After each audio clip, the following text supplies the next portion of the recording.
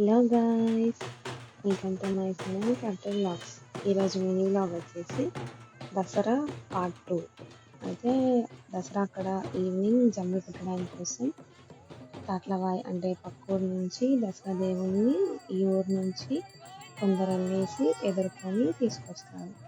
తీసుకొచ్చేసి ఇక్కడ పూజ చేసి జమ్మి కొట్టేసుకొని అందరు మొక్కి కొబ్బరికాయ కొట్టేసుకొని మళ్ళీ దేవుణ్ణి అక్కడ తాట్లవాయిలో దింపేసుకొని వచ్చేస్తారు.